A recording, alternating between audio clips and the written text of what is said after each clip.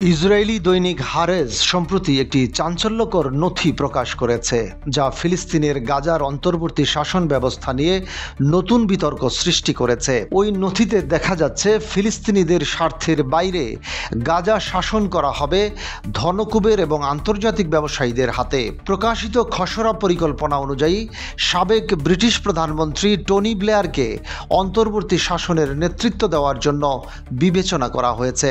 এর পাশাপাশি মার্কিন ব্যবসায়ী এরি লাইটস্টোন, মিশরের ধনকুবের নাগিব সাবারিশ এবং অন্যান্য আন্তর্জাতিক আর্থিক ও প্রশাসনিক বিশেষজ্ঞদেরও অন্তর্ভুক্ত করা হয়েছে।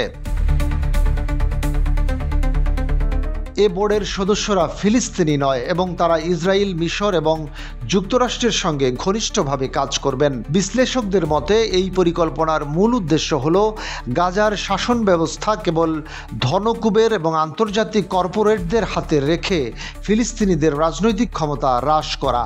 পরিকল্পনায় বলা হয়েছে সাধারণ ফিলিস্তিনি প্রশাসকরা নিম্ন পদে থাকবেন এবং তাদের অধিকার সীমিত থাকবে।